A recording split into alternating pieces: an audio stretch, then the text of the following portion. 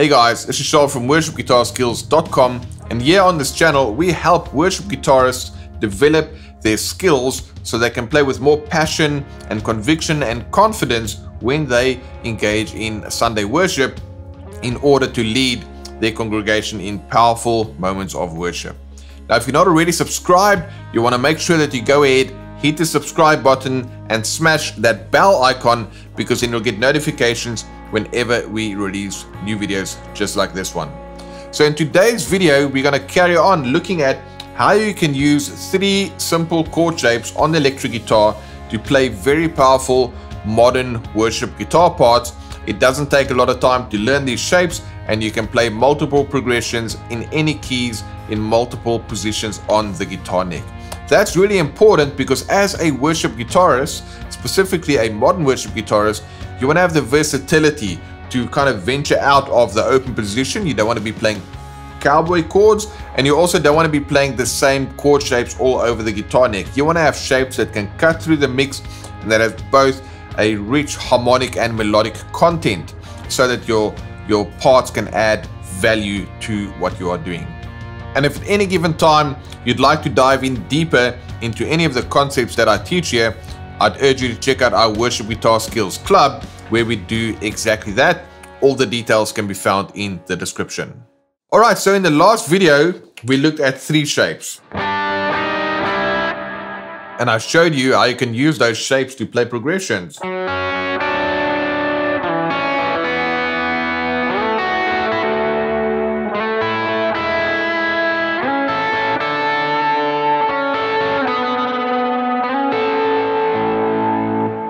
Everything I've played right now, it was either one of these 3 shapes. Alright, if you want a refresher on how those shapes work and why you can literally just use those 3 shapes to play any progression on the guitar, go ahead and check out the previous video on our channel, and we'll also link to it in the description. So what I want to do today is I just finished up filming new lessons for our Worship Guitar Club and our Worship Guitar Skills coaching members. And part of what we did is we did a deeper dive into how you can apply all this stuff into famous songs and into other progressions. So what I want to do now is quickly show you some unscripted parts that I just played using these 4/2 voicings. Let's check out what I did for Raise a Hallelujah, and then we'll give you a little bit of a breakdown of where those shapes came from and the different chords in, I believe, the chorus and the bridge. Let's cut to that right now.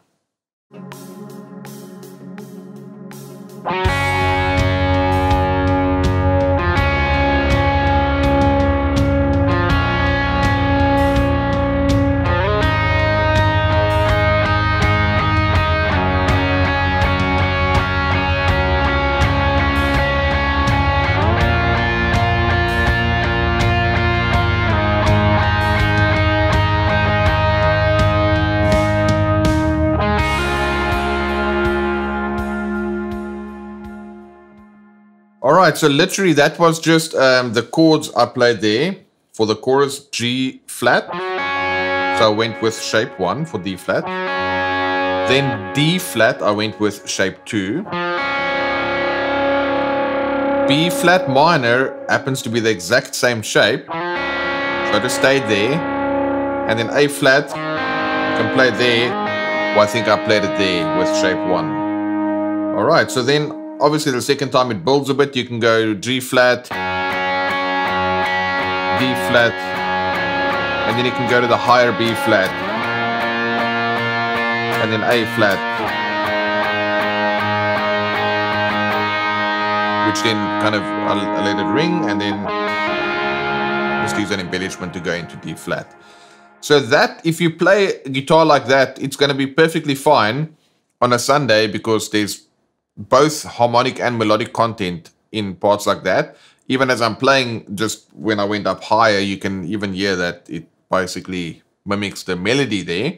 And that's why you want to practice these shapes. Still only use those 3 shapes, and you want to learn how to mix and match them together. All right, let's check out the bridge section going into like a bigger chorus.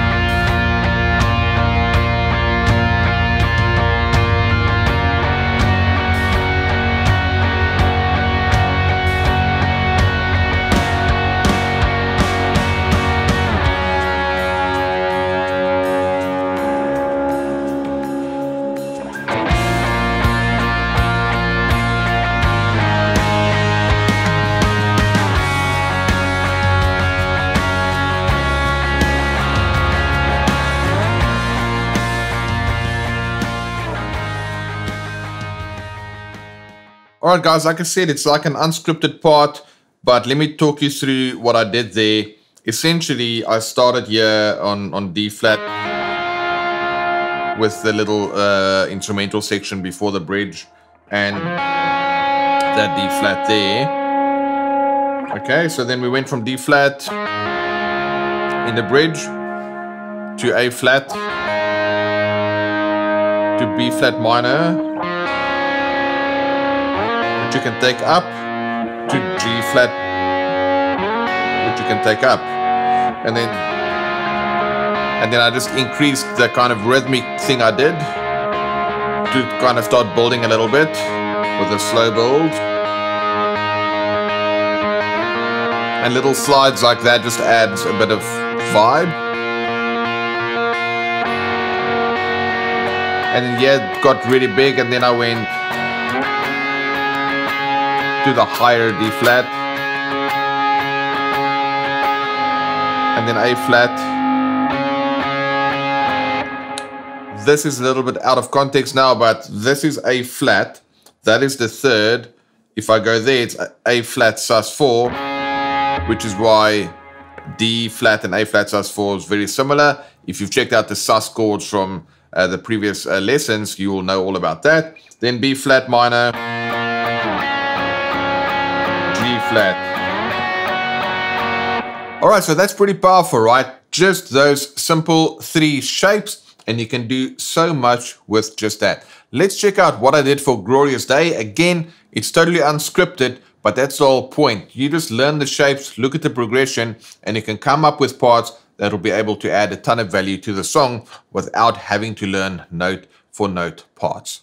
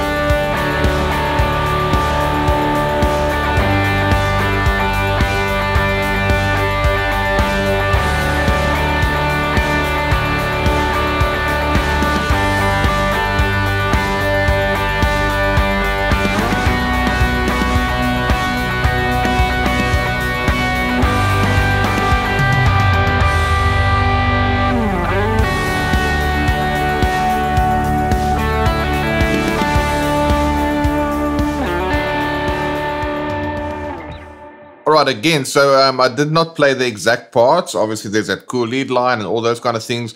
Our focus here is to show you how you can use these chord shapes. So I just played the notes, and then I did swells like this with my volume control and little slides from a B flat, sorry, from a B minor to a G,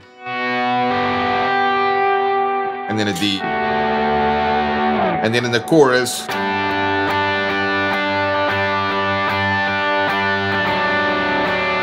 G to D, G, higher D,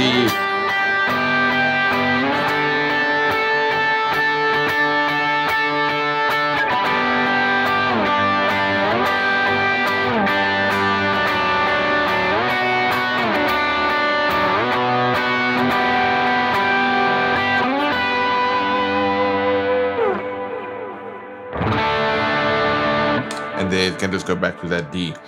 I just played a power chord there. But everything besides the power chord here at the end was simply just those 3 shapes. All right, again, quite useful, right? let me just quickly address the whole thing about the different parts, right? When a song has a famous intro line, like if you think of like Lion and the Lamb,